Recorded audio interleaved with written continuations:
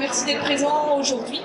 Alors comme vous pouvez le voir, on est aujourd'hui sur la thématique des métiers du sport. Donc ce matin on a reçu Nicolas Touzin qui nous a parlé du métier de cavalier. Et cet après-midi nous recevons Bertrand Le Barbier, merci d'être là en tout cas, qui va nous présenter le métier de coach, enseignant, cavalier de dressage en particulier. Alors je commence pour situer un petit peu Equiresources. Je profite de l'occasion, en fait, on est initiateur de ces conférences métiers, justement pour aborder toutes ces possibilités d'évoluer dans la filière équine. Alors Equiresources, sa première mission, c'est un peu une agence pour l'emploi dédiée à la filière équine. Donc on diffuse des offres à travers notre plateforme web qui a pour but de rapprocher les demandeurs d'emploi aux employeurs en demande. Voilà, la deuxième mission, c'est celle pour laquelle on est là aujourd'hui. C'est un peu une mission de conseiller d'orientation, donc d'informer sur et d'orienter et de conseiller sur l'ensemble des possibilités de formation et de métiers et de parcours possibles au sein de la filière équine. Pour cette occasion, on va commencer à interroger Bertrand, notamment il va pouvoir nous parler un petit peu de son parcours. Donc, bonjour à tous, donc Bertrand Le Barbier, je suis marié, j'ai 2 enfants. Je tiens à remercier tout d'abord Equiresources de m'avoir convié pour justement animer un petit peu cette conférence sur le dressage qui me tient à cœur parce que je pense que c'est une discipline qui est en voie de développement, mais pas assez, à mon goût. Voilà, donc mon parcours, comme je vous disais, je suis donc marié, 2 enfants, dont une fille cavalière de dressage, voilà, qui commence les amateurs élites, voilà. Donc j'ai un peu un parcours atypique dans le sens où j'ai commencé par être militaire, par être gendarme et donc garde républicain. J'ai effectué 21 ans au régiment de cavalerie de la garde républicaine. Donc c'est une superbe institution. Cette institution fait partie de la gendarmerie nationale. Donc nous sommes militaires. Voilà, donc, je suis un jeune retraité de cette institution. 21 ans donc au sein du régiment de cavalerie où j'ai eu la chance d'être formé aussi bien sur le plan militaire, sur le plan gendarme, sur le plan équestre et sur le plan sportif. J'ai eu la chance de pouvoir passer mon monitorat et mon instructorat, donc c'était à Fontainebleau, afin de le mettre en application justement au régiment. J'ai commencé par faire des défilés, voilà, j'ai commencé à faire des services d'honneur dans tous les palais nationaux, sous plusieurs présidents aussi, à l'Élysée, des très beaux services à cheval pour accompagner les chefs d'État et accueillir les chefs d'État, faire de la sécurité publique parce que donc, le régiment de cavalerie a pour mission aussi bien des missions d'honneur, mais aussi et surtout maintenant de sécurité publique au sein de Paris Intramuros et dans tous les massifs forestiers parisiens avec des postes permanents. Et puis l'été qui se développe sur toute la France, à savoir des postes donc saisonniers afin toujours d'assurer la sécurité publique. On est dans un climat un petit peu tendu, donc être à cheval, la sécurité publique, vous allez dire votre action elle est un petit peu limitée. Elle est limitée, mais il y a beaucoup de dissuasion. Et lorsqu'on est à cheval dans Paris, on est en hauteur et on arrive à distinguer pas mal de choses dans les actions, les bonnes ou les mauvaises. Voilà. Donc il y a une certaine dissuasion, il y a plein de gens qui ont peur des chevaux, dont les malfrats, et c'est bien, voilà. On a en plus un rôle préventif que répressif, bien évidemment. Voilà, donc après avoir fait ce temps dans ce qu'on appelle dans le rang, pour la sécurité publique et puis les missions d'honneur, j'ai pu, grâce justement à être formé par Serge Cornu, je ne sais pas si ça vous parle, Hubert Perrin, j'ai pu intégrer donc la section sportive en 1998, après avoir passé donc le monitorat et l'instructorat, et jusqu'en 2012. Donc j'ai commencé eh bien, par les amateurs 3, puis après les amateurs 2, puis après être formé toujours de façon rigoureuse. J'ai pu atteindre, je vous la fais courte, j'ai pu atteindre donc, je sais pas si certains connaissent les épreuves pro, donc les Pro 2, et ensuite les Pro Élite, et ensuite le niveau international. C'est une superbe école de formation parce qu'on vous apprend d'abord ce qu'est le cheval. Et on en oublie parfois, malheureusement, ce qu'en est le cheval. Je vous expliquerai pourquoi je vous dis ça entre ma vie militaire et ma vie professionnelle. Je vous expliquerai, je développerai un petit peu tout à l'heure. Donc le dressage, parce que quand même, le dressage, c'est quand même une école de rigueur, c'est une école de patience. On doit être capable tout d'abord d'aborder le cheval au débourrage, parce qu'à la Républicaine, on a la chance de débourrer les chevaux. On les achète à 3 ans. Et donc, pour la petite anecdote, mais le commandant de régiment, lorsque il venait à l'écurie sportive, que les 3 ans étaient livrés, il nous disait, voilà, donc vous avez votre cheval qui a 3 ans, et donc rendez-vous à l'âge de 16 ans, et que ce cheval-là, il est atteint le plus haut niveau. Et pourquoi l'âge de 16 ans? Parce que c'est l'âge de réforme. Donc il y a une première présentation, les chevaux, donc à 16 ans, qui est apprécié, donc le cheval est apprécié sur le plan physique, mental, tout ça, par le service vétérinaire, le commandant de régiment. S'il estime qu'il peut continuer ses services, il le fait, aussi bien sportif que sur le plan sécurité publique, il continue. Ça peut aller jusqu'à maxi 18 ans. Mais après, il faut savoir qu'il n'y a pas un seul cheval de garde républicaine qui part à l'abattoir ou à la boucherie, bien évidemment. On préserve leur intégrité jusqu'au bout. Ils partent, il y avait une association, c'était l'Inguero, qui était à Saint-Ouen-le-Pin en Normandie, qui récupérait tous les chevaux. Ce qui a été mis en place, c'est que tous les cavaliers peuvent récupérer donc, leur cheval d'affectation. Et donc moi, avec ma famille, on a récupéré 2 chevaux avec lesquels j'avais pu sortir en compétition jusqu'au niveau international, Jordi de la Rose et Goldwyn, et qui sont aujourd'hui juste derrière notre propriété, donc c'est super. Voilà. Donc pour revenir un petit peu au plan sportif, j'ai eu la chance d'être très bien encadré. Le sport, concernant le dressage, moi, je vous disais, c'est vraiment une école de rigueur, c'est une école de répétition, c'est une école de patience.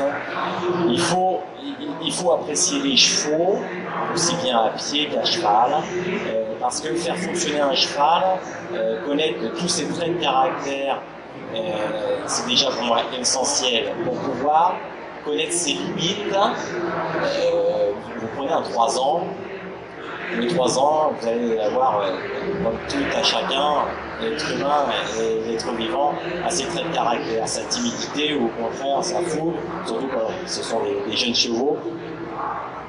Donc, il faut quand même les apprécier d'abord à cheval. Et je tiens vraiment à préciser ça, qu'il faut garder cet aspect, justement, d'homme de cheval. Avant de monter dessus, il faut en avoir fait le tour à pied. Une fois qu'on monte dessus, il faut avoir bien sûr une exigence, mais bien sûr mesurée en fonction de l'âge du cheval. Il y a une progression et ça s'appelle l'échelle de progression. Je pense que d'entre vous qui connaissez l'échelle de progression, c'est en 6 points. Je vous invite à aller sur internet. Je ne vais pas développer là parce que ça sera un petit peu long, mais l'échelle de progression, il y a 6 points. Si on respecte cette échelle de progression, le premier point c'est l'amélioration et la correction des allures.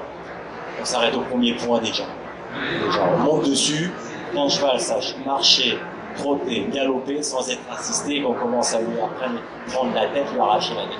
Non. Déjà le mouvement en avant, la rectitude, qu'il aille dans ses rênes, se poser dans ses rênes et développer la qualité des allures. Un point sec. Voilà. Régiment de cavalerie, on n'a jamais eu des chevaux, on n'a jamais eu de valets gros, on n'a jamais eu de totilas. Mais par contre, avec le temps, avec la formation que l'on a reçue, on nous a appris justement à apprécier, à améliorer et développer les allures. Surtout en dressage, c'est tout de même le point clé d'avoir 3 bonnes allures de base. Ensuite, on vous demande une certaine, on cherche chez un cheval, une souplesse de dos, un bon équilibre. Premier point, lorsque vous achetez un cheval, pour moi c'est le point principal, c'est le mental. Parce que vous pouvez avoir un cheval, un totilas, mais s'il n'a pas le mental, vous rentrez sur le rectangle, il fait demi-tour, vous n'en ferez rien. Par contre, un cheval plus modeste, qui est un très bon ouvrier et qui n'a envie que de bien faire, au quotidien, vous allez lui faire beaucoup plus plaisir qu'un cheval qui a effectivement un trot extraordinaire, mais qui est pas rétif. Vous n'entendrez pas parler d'un cheval rétif parce que l'être humain, il n'est pas pour être terroriste, il devient parce que l'environnement néfaste a fait qu'il a été terroriste, je parle de ça malheureusement, ou criminel ou bref, et le cheval, il n'est pas né pour être rétif. Le cheval, on l'a rendu rétif par rapport à son environnement, par rapport effectivement à la notion et le rapport qu'il a avec le cavalier. Donc il faut vraiment, ça revient à ce que je vous disais tout à l'heure, qu'il faut vraiment être vigilant à l'approche de chaque cheval. Vous achetez un cheval, déjà, ne pas faire d'impasse sur l'achat d'un cheval, ça part déjà, c'est la base. Et acheter un cheval, c'est tout un art. Encadrez-vous de professionnels pour acheter un cheval. Je fais pas la pub pour moi, je vous rassure, parce que je le fais, mais c'est pas pour ça que je le dis. Et apprendre à connaître son cheval, ses traits de caractère, ses dispositions pour la discipline, et ensuite on peut commencer à parler de sport. Donc on recevait les chevaux à 3 ans, on les formait, toujours encadrés par Serge Cornu, que j'ai eu la chance d'avoir pendant très longtemps, et après Hubert Perrin. Et ensuite j'ai eu la chance, parce que je suis arrivé au niveau international, de pouvoir faire la rencontre de Margit Otto-Crépin, et ensuite Monica Teodorescu, donc forcément j'étais à bonne école. Je ne dis pas que je suis le meilleur, loin de là. Je resterai très modeste, mais avec les chevaux de la garde républicaine qui restaient à la base très modestes, avec le travail, avec l'assiduité, avec la rigueur, avec la ténacité, et la bonne formation, le bon encadrement, on a réussi à atteindre effectivement, pour ma part, 3 et 4 étoiles, mais Hubert Perrin et Serge Cornu, n'oublions pas, sont allés jusqu'aux Jeux Olympiques. Voilà. Donc, c'est pas forcément là le cheval le plus spectaculaire au départ qui est le meilleur à l'arrivée. Voilà. Donc, concernant la garde républicaine, voilà, si vous avez des questions, n'hésitez pas. J'ai eu la chance les 3 dernières années d'encadrer la section sportive du dressage, où là j'ai basculé, enfin j'ai pas basculé, j'ai conservé mon statut de cavalier de haut niveau, et en même temps je coachais donc tous mes collègues, nous étions 6, voilà, pour pareil, toujours, nous sommes une institution, nous avions le port de l'uniforme, et on mettait un point d'honneur à être sur les plus gros rendez-vous, aussi bien nationaux qu'internationaux.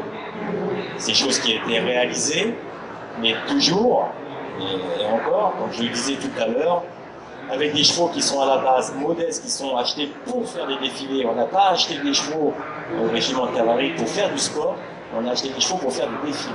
Et avec le travail, et avec la réflexion, avec l'analyse qu'on pouvait en avoir, on les a tous sont allés au Grand Prix, au niveau national ou international. Tous y sont arrivés. Alors c'est de la remise en question permanente, bien évidemment. Parce que on avance, non pas on recule de 2, on fait des erreurs, on se remet en question pour mieux avancer. Le sport, c'est ça, au quotidien. En l'assistance, il y a plein de cavaliers, j'en suis sûr.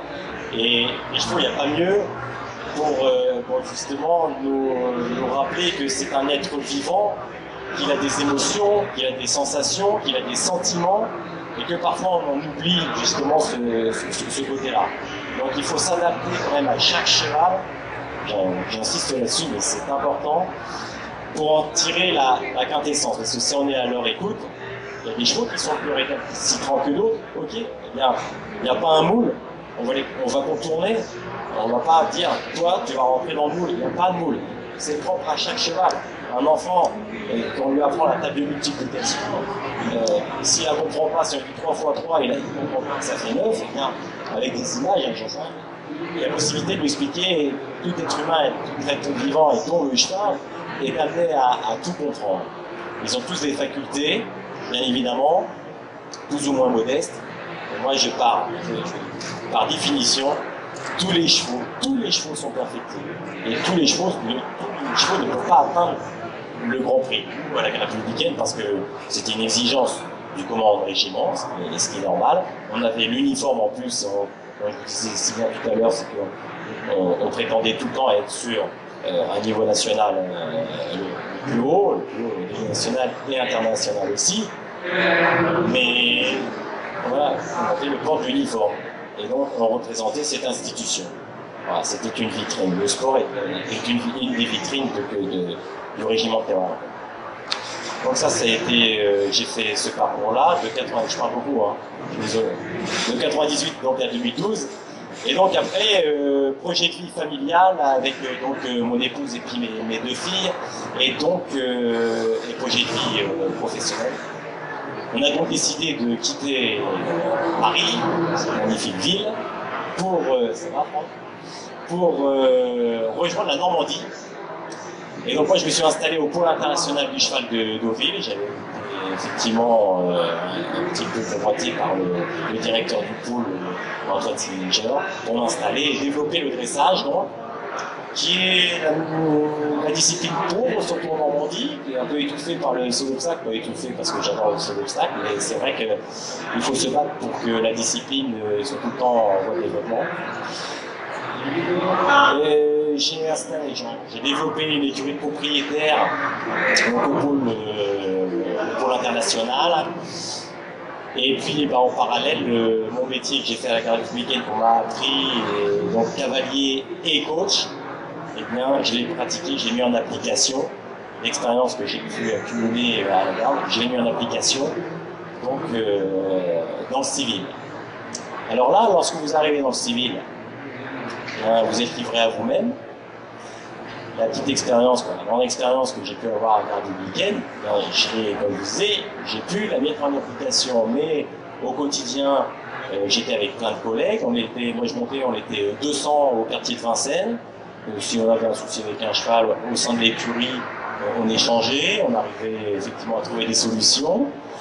Mais lorsque vous arrivez dans le civil, eh bien, livré à vous-même, et là, la matière grise commence justement à travailler, et là, vous cherchez toutes les solutions et les réponses à vos questions. Et comme je vous disais tout à l'heure, on se remet en permanence en question, des analyses, et chaque cheval est unique. Donc j'ai reçu tout type de chevaux. Je ne suis pas une star, je suis juste Bertrand Le Barbier. On m'a amené des chevaux de CSO, des chevaux de complet, des chevaux de dressage, mais j'ai pas reçu les meilleurs, j'ai pas reçu les plus simples, mais j'ai reçu des chevaux dignes de ce nom. Donc j'ai reçu beaucoup de chevaux. J'ai limité parce que j'étais tout seul et j'ai employé du personnel. Mais voilà, je suis monté jusqu'à 14 chevaux, avec du super personnel, des très bons propriétaires. Mais il faut pouvoir en vivre. Et lorsque vous avez du personnel, je ne critique pas ce qui est en place par rapport au gouvernement, mais c'est compliqué d'avoir du personnel. Donc aujourd'hui, j'ai revu à la baisse. Je n'ai plus de personnel pour plusieurs raisons. Je n'ai plus de personnel parce que ça coûte cher. Mais je n'ai plus de personnel parce que, comme je vous disais tout à l'heure, c'est qu'il est important de connaître ses chevaux. Et ce que je vous disais tout à l'heure, lorsqu'on est professionnel, on peut effectivement s'éloigner des chevaux. Je m'explique. Lorsque vous avez une écurie de propriétaires, les chevaux au pôle, c'est très confortable, mais lorsque vous vous installez, ça c'est pour les jeunes qui souhaitent effectivement s'installer. C'est un coût énorme, vous faites des emprunts, les parents, les grands-parents se portent garant, quoi que ce soit, très bien. Il y a des traites qui sont énormes chaque mois. Il faut pouvoir rembourser tout ça, il faut pouvoir vivre. Donc qu'est-ce qu'on fait? on remplit les box. On remplit les box. Tous les box, il faut qu'ils soient remplis. À un moment, on fait de l'abattage. Vous voyez? Et donc, moi j'ai fait un choix, c'est de ne plus avoir de personnel, mais d'être proche de mes chevaux. J'en ai 5, d'accord, au pôle. J'en ai dans plusieurs écuries, mais bon, moi je ne m'occupe pas, j'arrive et je coach, ou ils sont prêts, donc voilà, c'est différent. Mais au pôle, 5 chevaux, c'est moi qui m'en occupe. Je connais parfaitement leur trait de caractère. Je sais ce que je peux leur demander, je sais ce que je ne peux pas leur demander. Et l'objectif, je ne vous le cache pas, hein, je prends un cheval, c'est pour l'emmener au plus haut niveau. D'accord? Mais quand on vous dit, on m'amène des chevaux, on me dit, mon cheval il a 6 ans, est-ce que vous pensez que dans 2-3 ans, il va pouvoir aller faire le Grand Prix? C'est le cheval qui va parler. C'est pas moi, c'est pour moi qui peut le dire. Il n'y a pas d'âge pour faire le Grand Prix. En France, mais à l'étranger, je critique pas, hein, loin de là. C'est le constat, c'est que ça commence à s'estomper un peu, mais à un moment, le plus tôt possible, on va aller en Grand Prix, ça va être très bien. Si on met le cheval au Grand Prix, au Grand Prix spécial, et sur les internationaux, au plus haut niveau, donc à 8 ans, formidable. Vous imaginez 4 ans, 8 ans, 4 ans de formation pour aller jusqu'au plus haut niveau. Il y a eu des impasses et on a collé un peu les pages. D'accord? On s'est pas occupé que le cheval, il veut pas, on y va. Alors moi, c'est pas ma philosophie. Ma philosophie, c'est d'abord de bien connaître les chevaux, et ensuite, s'il me faut 2 ans pour attendre le petit tour, c'est 2 ans. S'il me faut 4 ans, c'est 4 ans. Et pour le haut niveau, si c'est 6 ans, c'est 6 ans. S'il me faut 10 ans, c'est 10 ans. Par contre, mon objectif, c'est d'y aller. Et en général, j'y vais. C'est une certitude. Et une fois de plus, je suis pas champion du monde, d'accord, et c'est pour ça que je me remets en question en permanence. Et donc, ce que je vous disais, l'abattage, c'est que les professionnels, je ne le dis pas parce que j'ai pas d'amis qui sont professionnels, mais c'est mon choix. Qu'est-ce qu'ils font? Il y en a qui ont des chevaux, qui ont un cheval à eux, qui sont dans une écurie. Personne. Qu'est-ce qu'il fait le professionnel? La semaine, l'amateur, il travaille, il ne vient pas forcément.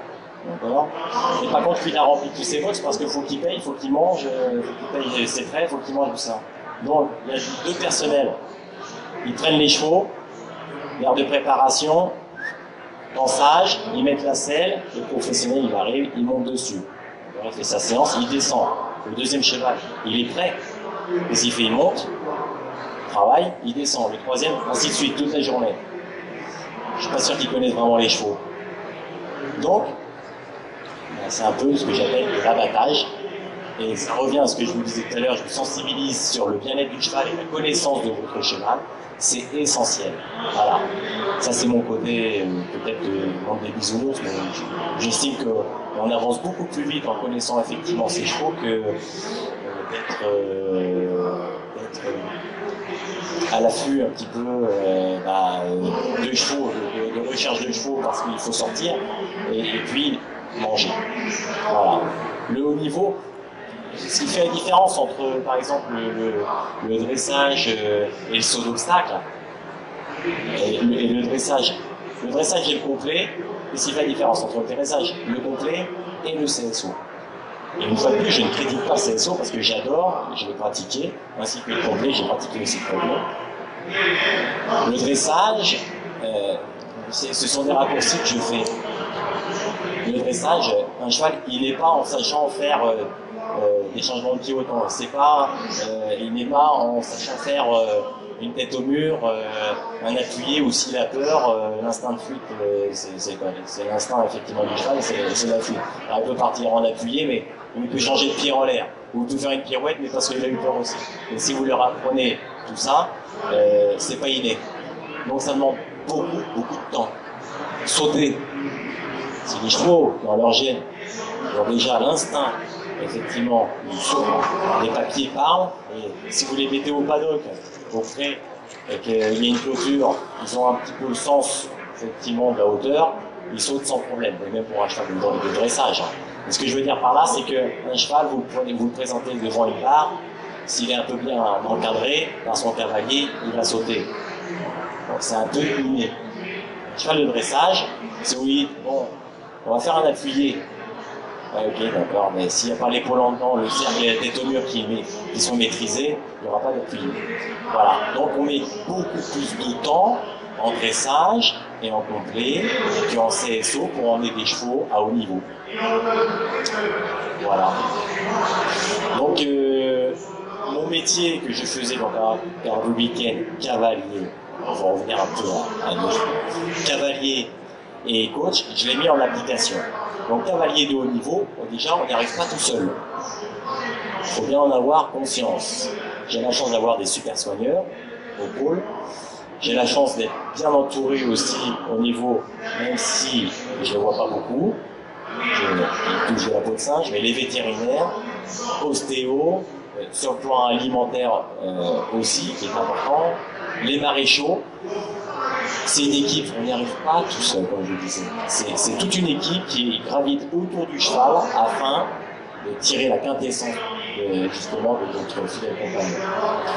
Il faut en avoir conscience parce que parfois on rencontre des problèmes montés d'un jour à l'autre, on ne comprend pas, ayons une analyse. Alors c'est pas tout de suite le vétérinaire, infiltration, je suis contre, je vous le dis tout de suite. J'ai pas un cheval qui est infiltré, je suis contre tous les produits. Ça, non. Il faut analyser, on arrive à un ostéo, mais qu'est-ce qui tient la charpente osseuse? Gardez ça à l'esprit. Là, c'est la musculature. Et la musculature, il faut la développer par le travail. Le cheval a un équilibre vertical, un cheval a un équilibre horizontal. On adapte le travail. Et la progression à travers l'échelle de progression. Voilà.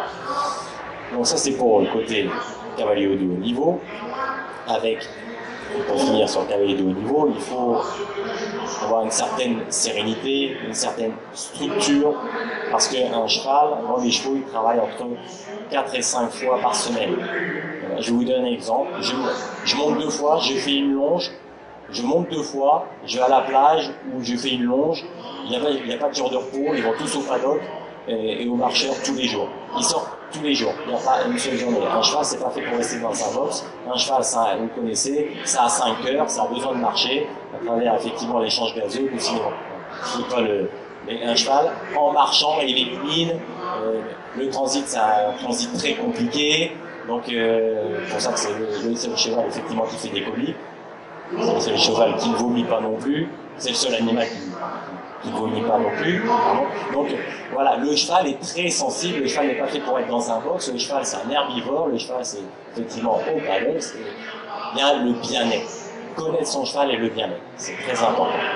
C'est essentiel.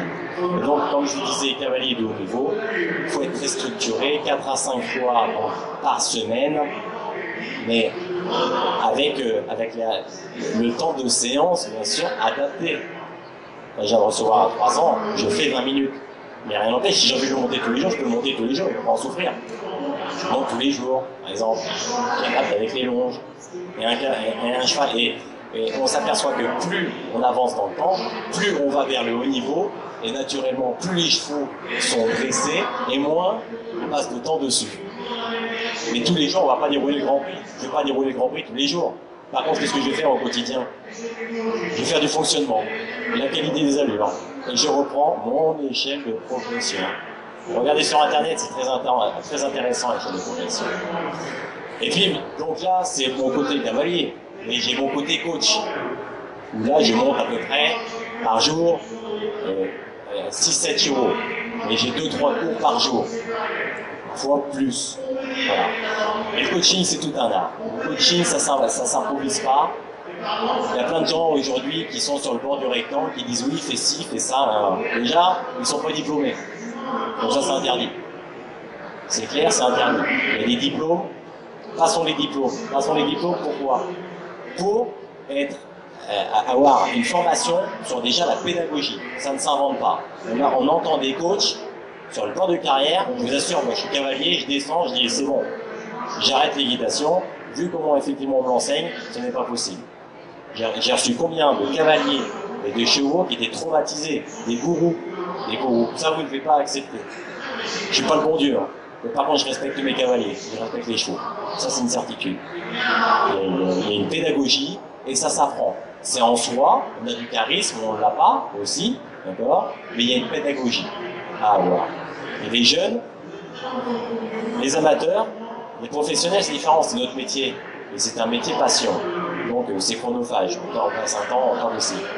Et les jeunes, quand ils vont au Poney Club, au centre équestre, quand on les voit avec les sourires, la banane, ben, c'est plus agréable. Et là, avoir fait une séance, ça te fait crier dessus, non, c'est plus sympa qu'à la fin, un bonbon, un camembert. Voilà. C'est ça qui est important, c'est déjà leur donner le goût, tout petit, avec une bonne pédagogie.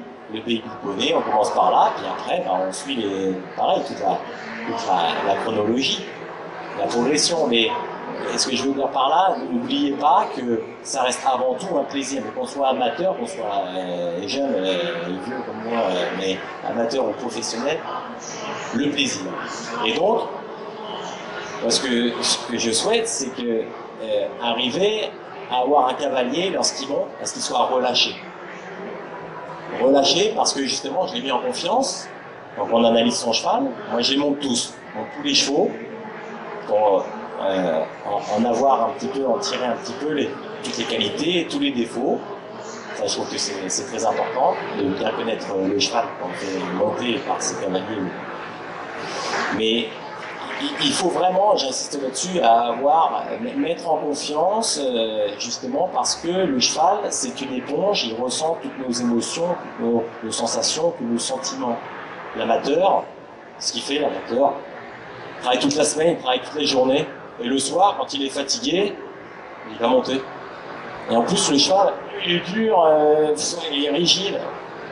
C'est pas très agréable. Eh bien, dans ces cas-là, on fait simple, on fait basique, et on essaye d'analyser pourquoi il est raide.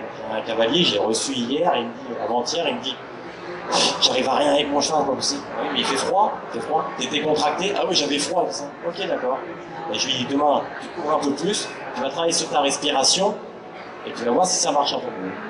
Je me rappelle donc hier, il me dit super, j'ai fait une très bonne séance, travailler sur moi, travailler sur ma respiration. Naturellement, quand le cheval c'est une éponge, le cheval s'est relâché aussi. Voilà. Donc le métier de coach, je parle beaucoup, mais je reviens toujours à la base. Le métier de coach, ça ne s'improvise pas. Il faut avoir la connaissance des chevaux, mais il faut avoir aussi un petit peu pas de psychologie. On n'est pas assistant social, on n'est pas psychologue non plus, mais il faut avoir la fibre un petit peu avec l'échange humain et puis connaître les traits de caractère de chaque cavalier.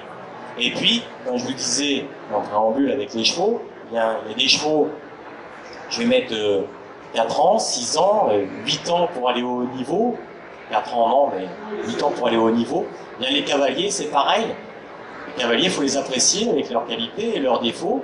Donc, toujours conserver, comme les chevaux, les qualités et effacer progressivement les défauts. Et puis, il y a des cavaliers qu'on va emmener jusqu'au niveau amateur-élite, parce que la plupart, ce sont des amateurs. À partir d'amateur 3 jusqu'à amateur-élite, peut-être qu'il va falloir 10 ans, peut-être qu'il va falloir 15 ans, et puis il y en a d'autres, ils ont un peu plus la fibre, ils ont peut-être un peu plus l'équilibre au départ, plus la notion, plus l'accord des ailes, le rapport main-jambe un peu plus établi, un peu plus développé, plus de sentiments. Il va peut-être falloir 5 ans pour cela. Okay, c'est à nous d'apprécier ça aussi. Il ne faut pas les envoyer dans le mur. Dire, vas-y, je vais te faire rêver, dans 2 ans, tu es en amateur élite. Et là, ça sort à 55%, 53%, je comprends pas. Pourtant, tu me dis que c'est super, coach. Mais les juges, ils apprécient pas mon travail. Ouais, mais c'est pas grave, les juges, il est bon. Non, c'est pas comme ça que ça se passe. Il n'y a pas d'impasse. Pareil, on va dans l'analyse. On doit être structuré. On doit structurer les jeunes, les plus vieux. Et on doit structurer nos élèves. Voilà, je suis désolé, hein, je parle beaucoup, mais je parle avec mes mots, je suis désolé aussi. Je suis passionné. Voilà, merci Bertrand. Voilà, je suis un passionné, c'est mon métier passion, et je pourrais en parler. Bon, j'avais plein de questions, mais en fait, moi, je ne les ai pas posées parce que vous y avez répondu. Très bien. Voilà, je te remercie. Par contre, vous en avez peut-être, vous, dans la salle, n'hésitez pas. Je peux passer le micro, on peut faire un petit échange, profitez-en. Donc, Bertrand qui illustre ce beau métier, ce beau parcours de cavalier, de dressage, coach. N'hésitez pas, il y a des termes techniques qu'il a employés, des choses. Je vous écoute. Je peux aussi vous apporter des informations. Je fais pas de la pub, hein, je fais pas de recrutement. Je suis sorti de la gare républicaine, même si j'ai encore un pied dedans, mais s'il y en a qui sont intéressés, des jeunes, désolé, pour vous, c'est pas possible. Hein. Mais si vous voulez des informations pour le recrutement, je peux vous apporter toutes les informations pour intégrer.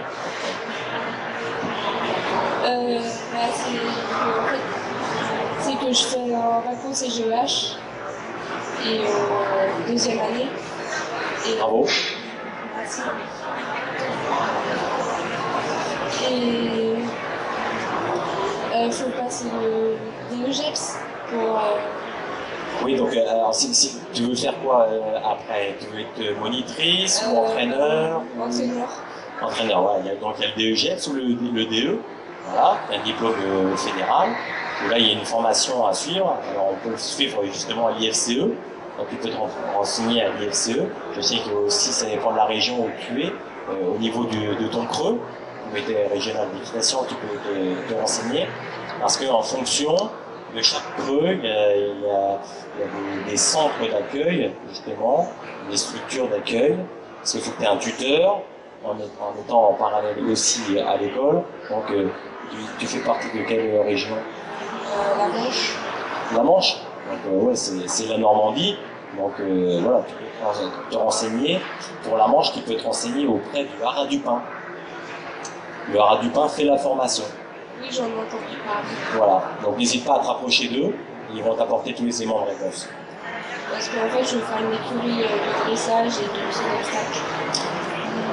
Alors, tu veux faire les deux? Mais je sais pas si c'est possible. Bah, tout est possible. Tu peux aussi faire du complet. Mais qu'est-ce que tu pratiques comme discipline? Le dressage et le saut d'obstacle. Bon, ça c'est bien. À quel niveau? Pour l'instant, encore en club, parce que après, il faut pas qu'on aille plus loin, mais... Il faut commencer. Il faut avoir des ambitions, il faut avoir des projets. Tu en as, c'est très bien. Donc, moi, je t'invite quand même à faire les deux.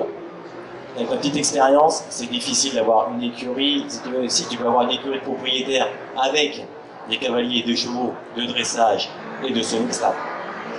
Mais si tu veux te spécialiser et atteindre un bon niveau, il va falloir que tu fasses un choix à un moment. Moi, je te conseille vraiment le dressage. Moi, je plaisante. Je veux juste rajouter une petite chose, c'est qu'on parle de coach, mais qui dit coach, comme on a pu le voir, Bertrand, il a quand même un petit peu d'expérience. Donc je pense que pour enseigner au mieux l'équitation auprès d'un public, je crois qu'il faut quand même un petit peu d'expérience. Donc il y a encore peut-être quelques années où tu vas pratiquer, tu vas pouvoir...